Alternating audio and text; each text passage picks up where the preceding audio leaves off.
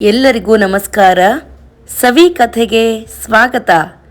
ಇವತ್ತಿನ ಕಥೆಯ ಹೆಸರು ವಲ್ಲಭನ ರೋಗ.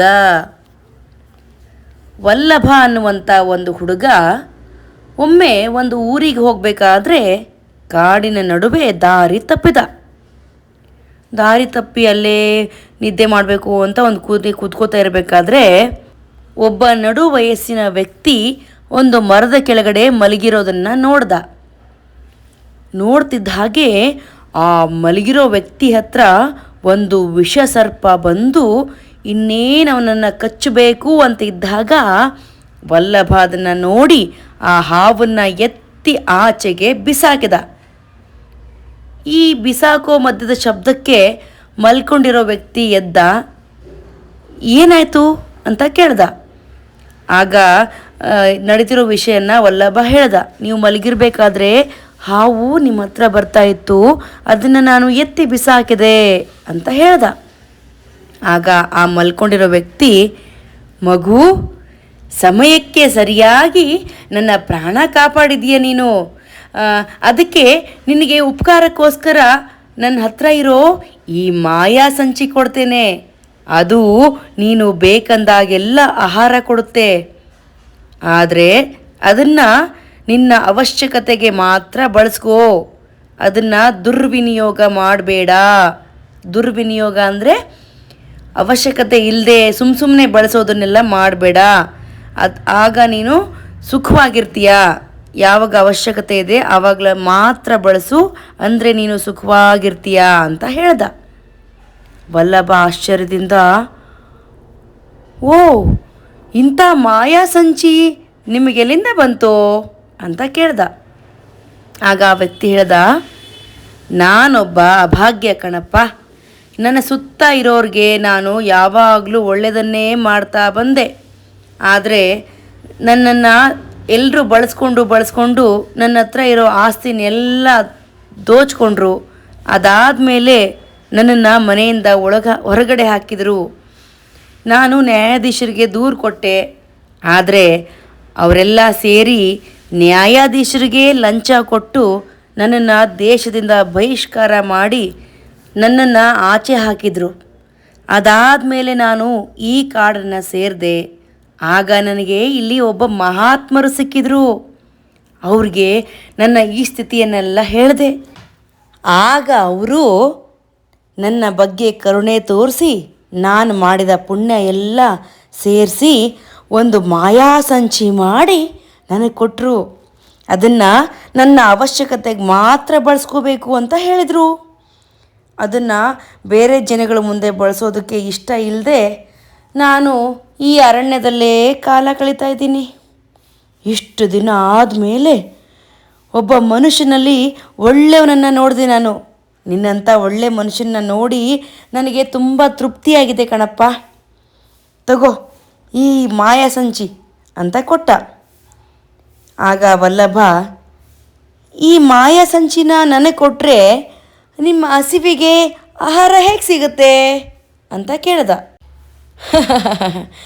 ಇಷ್ಟು ಕಾಲ ನನಗೆ ಅಪಕಾರ ಮಾಡಿದವ್ರಿಗೂ ಕೂಡ ನಾನು ಹಣ ಕೊಟ್ಟು ಸಹಾಯ ಮಾಡಿದೆ. ಆದರೆ ನನಗೆ ಉಪಕಾರ ಮಾಡಿದ ಮೊದಲ ವ್ಯಕ್ತಿ ನೀನೇ. ನಿನಗೆ ಪ್ರತ್ಯುಪಕಾರ ಮಾಡದೆ ನಾನು ಇರೋದಿಲ್ಲಪ್ಪ. ನನ್ನ ಬಗ್ಗೆ ಯೋಚನೆ ಮಾಡಬೇಡ. ಹೇಗೋ ಕಾಲ ಕಳೆಯುತ್ತೆ ನಂದು ಅಂದ. ಹಾಗಾದರೆ ನೀವು ಬಂದು ನನ್ನ ಜೊತೆಲಿರಿ, ನನಗೂ ಯಾರೂ ಇಲ್ಲ ಅಂದ ವಲ್ಲಭ. ಅದಕ್ಕೆ ಅವನು ಒಪ್ಕೊಂಡ. ಅವರಿಬ್ಬರು ಬಹಳ ಕಷ್ಟದಿಂದ ಹೊರಗಡೆಗೆ ದಾರಿ ಹುಡುಕಿ ಕಾಡಿನ ದಾರಿಯಿಂದ ವಲ್ಲಭ ಇರುವಂಥ ಗ್ರಾಮಕ್ಕೆ ಸೇರಿಕೊಂಡ್ರು. ವಲ್ಲಭನ ಒಂದು ಊರಿತ್ತಲ್ವ, ಆ ವಲ್ಲಭನ ಊರಿಗೆ ಬಂದು ಸೇರಿದರು.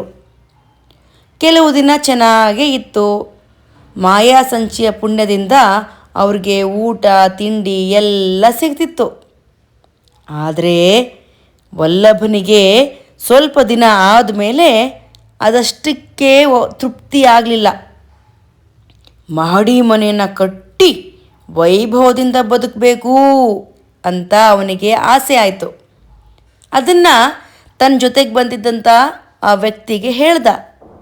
ಆಗ ಆ ವ್ಯಕ್ತಿ ಹೇಳಿದರು, ವಲ್ಲಭ, ಅದಕ್ಕೆ ಸ್ವತಃ ನೀನೇ ಕಷ್ಟಪಡಬೇಕು. ನಿನ್ನ ಮನೆ, ನಿನ್ನ ವೈಭವ ಬೇಕು ಅಂದರೆ ನೀನೇ ಕಷ್ಟಪಟ್ಟು ದುಡಿಬೇಕು.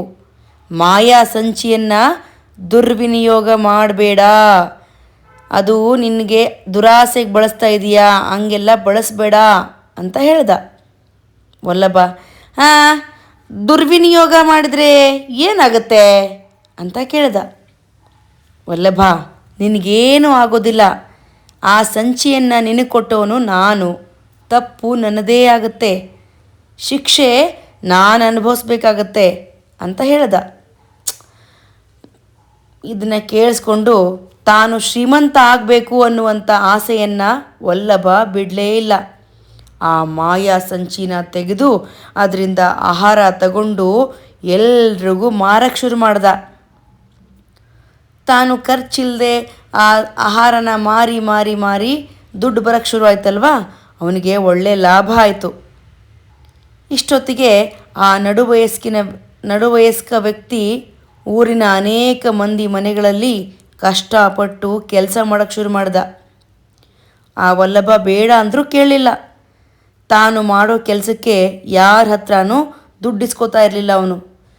ಯಾಕೆ ನೀವು ದುಡ್ಡಿಸ್ಕೊಳ್ಳಲ್ಲ, ಕೆಲಸ ಮಾಡಿದಿರಲ್ಲ, ದುಡ್ಡಿಸ್ಕೊಳ್ಳಿ ಅಂತ ಊರವರೆಲ್ಲ ಹೇಳಿದರೆ, ಬೇಡ ಯಜಮಾನ್ರೆ, ನಾನು ಮಾಡಿದ ಪಾಪಕ್ಕೆ ಇದು ಪ್ರಾಯಶ್ಚಿತ.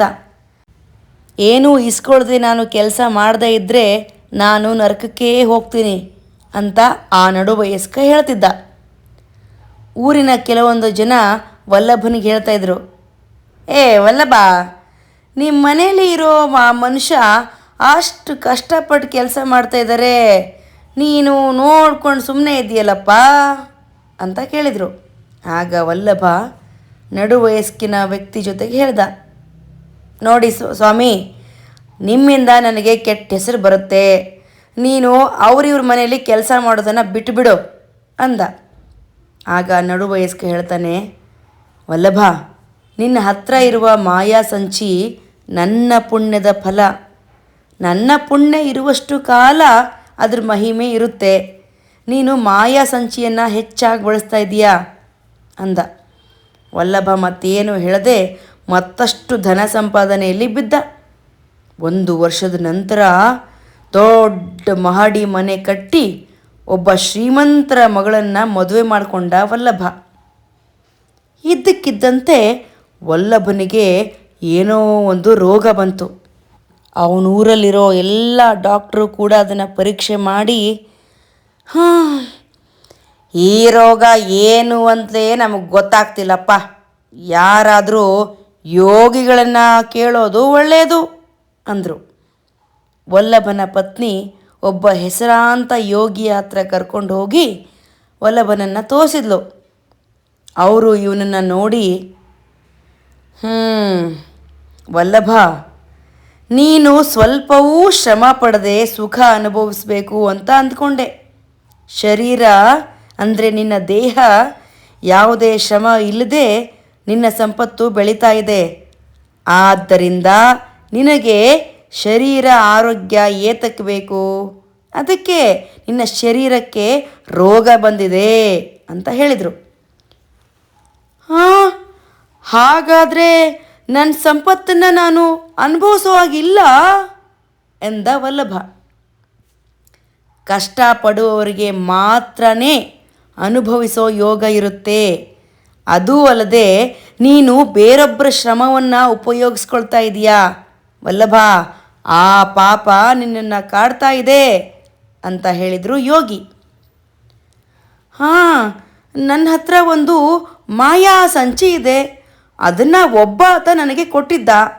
ಅದನ್ನು ಹೆಚ್ಚಾಗಿ ಉಪಯೋಗಿಸಿದ್ರೆ ಪಾಪ ಆತನದೇ ಆಗತ್ತೆ, ನನ್ನದಾಗಲ್ಲ ಅಂತ ಹೇಳ್ದ ಅಂದ ವಲ್ಲಭ. ಮೂರ್ಖ ವಲ್ಲಭ, ನಿನ್ನ ಪಾಪವನ್ನು ಆತ ಸ್ವೀಕರಿಸಬಹುದು.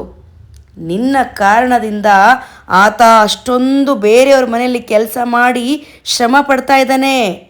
ಆತ ಪಡುವ ಕಷ್ಟವೆಲ್ಲ ನಿನಗೆ ಪಾಪವಾಗಿ ಸುತ್ತಿಕೊಳ್ತಿದೆ. ಇನ್ನಾದರೂ ಬುದ್ಧಿ ತಂದುಕೋ. ಆತನಿಗೆ ಸೇವೆ ಮಾಡುತ್ತಾ ಅತಿ ಆಸೆ ಇಲ್ಲದೆ ಬದುಕನ್ನು ಸಾಗಿಸು. ಆಗ ನಿನ್ನ ರೋಗವೂ ಕಡಿಮೆಯಾಗುತ್ತೆ, ನೀನೂ ಸುಖ ಪಡ್ತೀಯ ಅಂತ ಹೇಳಿದರು ಯೋಗಿ. ಆಗ ವಲ್ಲಭನಿಗೆ ತನ್ನ ತಪ್ಪಿನ ಅರಿವಾಯಿತು.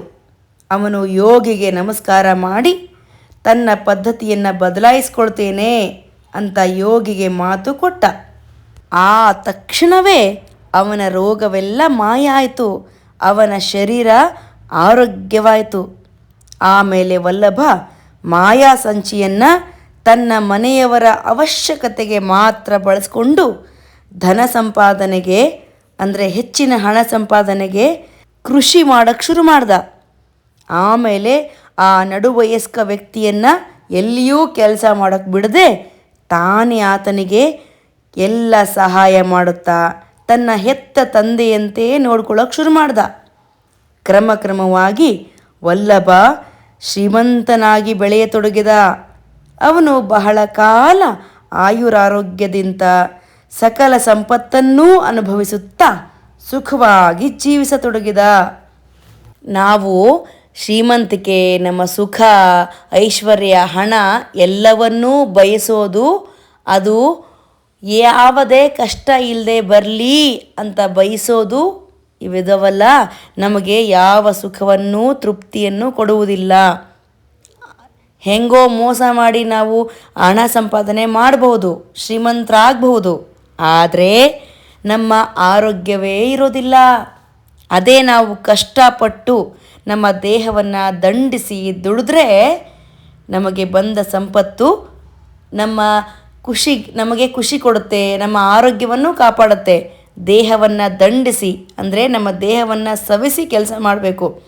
ಸುಮ್ಮನೆ ಕೂತ್ಕೊಂಡು ದುಡ್ಡು ಬರಲಿ ಅಂತ ದುಡ್ಡು ಬಂದರೆ ಅದು ನಮ್ಮ ಆರೋಗ್ಯವನ್ನು ಹಾಳು ಮಾಡುತ್ತೆ ಅನ್ನೋದು ನಮ್ಮ ಈ ವಲ್ಲಭನ ಆರೋಗ್ಯ ಕಥೆಯಿಂದ ತಿಳಿದು ಬಂತಲ್ವಾ? ಹೇಗಿತ್ತು ಸವಿಲೋಕದ ಕಥೆ? ಇಷ್ಟ ಆಯ್ತಾ? ಹಾಗಾದರೆ ಸಬ್ಸ್ಕ್ರೈಬ್ ಮಾಡಿ, ಬೆಲ್ ಐಕನ್ ಒತ್ತಿ, ನಿಮ್ಮ ಸ್ನೇಹಿತರೊಂದಿಗೂ ಹಂಚ್ಕೊಳ್ಳಿ.